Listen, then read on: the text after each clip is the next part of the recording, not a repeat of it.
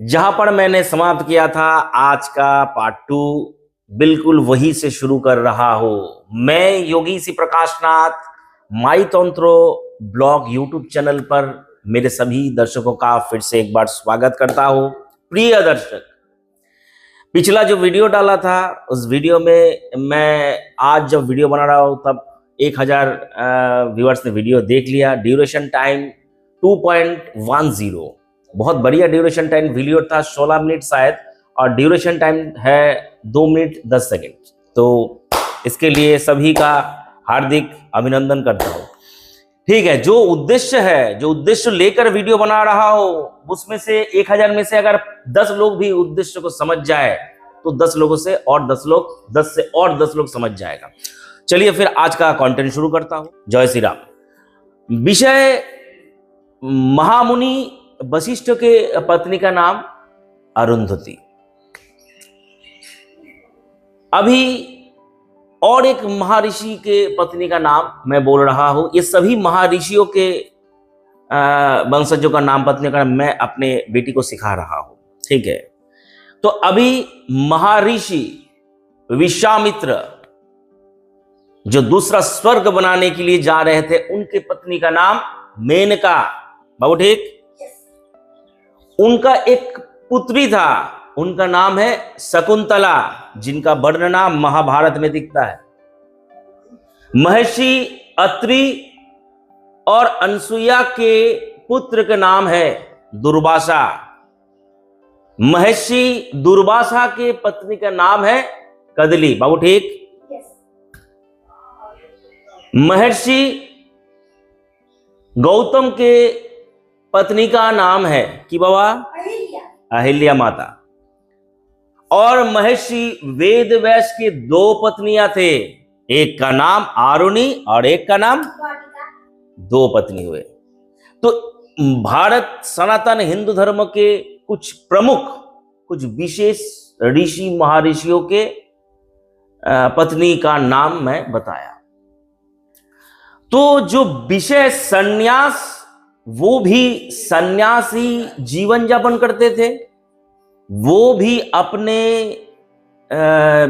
विवाहित जीवन को पालन करते हुए, यानी कि ब्रह्मचर्य, गृहस्थ, वानप्रस्थ, सन्यास। पिछले वीडियो में 2-3 जगह पर एक शब्द को मैं गलत उच्चारण किया जानबूझकर। मैं देखने चाह रहा था कि कौन कौन व्यूअर्स उस शब्द को पकड़े। गुरु जी ये शब्द ऐसा होना चाहिए, लेकिन किसी ने पकड़ा नहीं। ठीक है, कोई समस्या नहीं है। तो ब्रह्मचर्य, गृहस्थ, वानप्रस्थ, सन्यास, ये जो 4 प्रमुख स्तंभ है, ठीक है, सनातन हिंदू धर्म का, ये प्रमुख स्तंभ को बीच में तोड़कर ब्रह्मचर्य, गृहस्थ, वानप्रस्थ, गृहस्थ और वानप्रस्थ को छोड़कर डायरेक्ट सन्यास का जो ये प्रचलन, जो ये रीति चल रहा है, ये मेरे हिसाब से, मुझे लगता है अनुचित है। कारण ये जो सन्यास लेने का जो उपयुक्त स्थान या नियम है, वो गृहस्थ आश्रम या वानप्रस्थ आश्रम में जाने के बाद ही होगा। वानप्रस्थ या गृहस्थ आश्रम में जाने के बाद ही ये हो सकता है। कारण सन्यासी लोगों, संन्यास शब्द का अर्थ है जो सभी प्रकार का मोह माया, सभी प्रकार का इच्छा, सभी प्रकार का भौतिक जगत में जो इच्छा इंसान का होता है, सभी इच्छा से परे है, सभी इच्छा को छोड़कर, सभी इच्छा को त्याग करके चला गया। अभी त्याग से एक प्रश्न आता है जो अपने तंत्र में बोलते हैं। जैसे कोई इंसान अगर मटन नहीं खाया है, कोई इंसान अगर चिकन नहीं खाया है, अगर वो बोलता है मैं आजीवन चिकन को छुआ नहीं, मैं आजीवन मटन को कभी स्पर्श नहीं किया, मैं आजीवन कभी संभोग नहीं किया, आजीवन ये सभी चीजों से मैं निर्लिप्त रहता हूं, ये सभी चीज मेरे लिए हानिकारक है, इत्यादि इत्यादि इत्यादि, बहुत सारा डायलॉग। तो ये सभी जो चीज को बारे में जो इंसान कभी सुना नहीं, कभी छुआ नहीं, कभी स्पर्श नहीं किया, ये सभी चीज वो व्यक्ति त्याग कैसे कर दिया? त्याग उसे बोला जाता है जो ग्रहण करने के बाद आत्मा संतुष्ट हुआ, मन भर गया, अभी जय श्री राम छोड़ा, इसे त्याग बोला जाता है। जो कभी ग्रहण नहीं किया, जो कभी खाया नहीं, जो कभी पिया नहीं, जो कभी इच्छा पूर्ण नहीं किया, वो व्यक्ति त्याग कैसे करेगी? यह बड़ा क्वेश्चन मार्क है। प्रिय दर्शक, जरूर अपना सुझाव, मैं जो बोला पॉइंट, सुझाव ठीक है या गलत है, कमेंट में जरूर बताना। इच्छा निर्लिप्त होना चाहिए, उसके बाद ही त्यागी का जीवन आता है, उसके बाद ही संसार मोह माया को त्याग करना पड़ता है। जैसे बंगाल में, मैं ये महापुरुष का उदाहरण देने के बाद, मैं बंगाल में एक सिद्ध महापुरुष, कोली काल में जो सिद्ध महापुरुष थे, ठाकुर श्री श्री रामकृष्ण परमहंस देव, जो मां काली को अपने हाथ से खिलाते थे, वो भी विवाहित थे, उनका भी पत्नी उनके साथ रहते थे, वो भी विवाहित थे, लेकिन विवाहित होने के साथ साथ वो एक सन्यासी थे। सभी प्रकार का मोह माया से निर्लिप्त थे। उनके पास अगर कोई व्यक्ति पैसा, उनके बिस्तर पर पैसा डालने के बाद वो उनके शरीर में जलन होने लगता था। ये है त्याग। वर्तमान समय में सन्यासी का हाथ में आईफोन 16 प्रो मैक्स, पैर में कॉस्टली चप्पल, शू और एसी, मर्सिडीज, ठीक है, 40-50 1 करोड़ का कार में घूमते हैं। जब जाते हैं, ठीक है, तो बिजनेस क्लास में जाते हैं, या अपना फ्लाइट बुक करके, या अपना कोई चार्टर प्लेन ही खरीद के लेके गया, ठीक है, वो सब में जाना आना। एसी, वो लोग तो एसी कार में उतरने के साथ साथ इसी रूम में बैठ जाते हैं। ये सन्यासी है। किस लिए मोह माया को त्यागा? किस लिए ये मोह माया को छोड़ा? अपने लिए, परिवार के लिए, जगत के लिए? क्वेश्चन मार्क नंबर 2, किस लिए छोड़ा? अगर छोड़ा तो तुम्हारा पैर में कॉस्टली चप्पल, शू कैसे आया? तुम्हारे हाथ में कॉस्टली मोबाइल कैसे आया? इतना दामी, इतना कॉस्टली मोबाइल कैसे आया? तुम लोग नंगे पैर क्यों नहीं चलते? तुम लोगों को तो भारत भ्रमण करना चाहिए। जो शंकराचार्य, पहले का आदि गुरु शंकराचार्य भारत का भ्रमण करते थे, जगह में जाकर तर्क करते थे और लोगों को सही चीज समझाते थे। वर्तमान समय में कौन सा साधु जाता है? जगह जगह में बड़े बड़े आश्रम, बड़े बड़े मठ बनाकर एक जगह में बैठ गए। एक जगह पे नहीं हुआ, फिर वो जगह पे हो गया काम, फिर दूसरी जगह पे मठ बनाकर। अरे मठ बनाना ही है तो तुम अपना परिवार को क्यों छोड़ा? तो अपना घर को क्यों छोड़ा? अपना घर के ऊपर 4 मंजिला 10 मंजिला नहीं बना सकते थे? तुमको बनाना ही था, तुमको रहना ही एसी रूम में है, लग्जरी जीवन यापन करना है, तो तुम इस लाइन में आए क्यों? प्रश्न नंबर 3। अगर गलत बोला तो जरूर नीचे कमेंट करके बताना। पिछले वीडियो में बताया था साधु का काम नहीं है अमीरों के बच्चे को, परिवार के मेंबर को लेकर गंगा में ऐसे ऐसे करके नहाने का साधु का कर्तव्य नहीं बनता है। ये जाते हैं अपने अपने धंधे के लिए, ये जाते का इसको चंदा मिलेगा मोटा, इसको मोटा चंदा मिलेगा। वो चंदा खुद अपने पास कुछ रखा जाएगा, कुछ इधर उधर का बिल्डिंग का काम बनेगा, कुछ अपने पास रखा जाएगा। यही है ओरिजिनल कहानी। यही इसीलिए मैं सन्यासी को बोल रहा हूं, सन्यास जीवन लेने से पहले जरूर इस विषय में थोड़ा गौर करें और सोचे।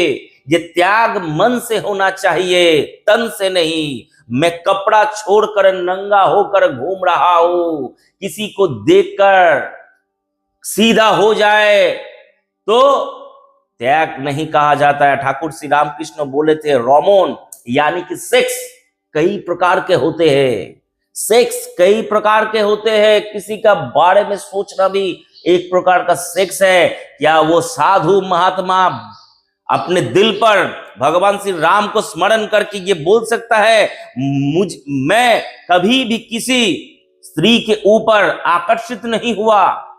ये सन्यासी जीवन लेने के बाद प्रश्न नंबर 4, अगर भोग नहीं हुआ तो त्याग का कोई मूल्य नहीं है, मतलब नहीं है। पहले भोग, उसके बाद त्याग।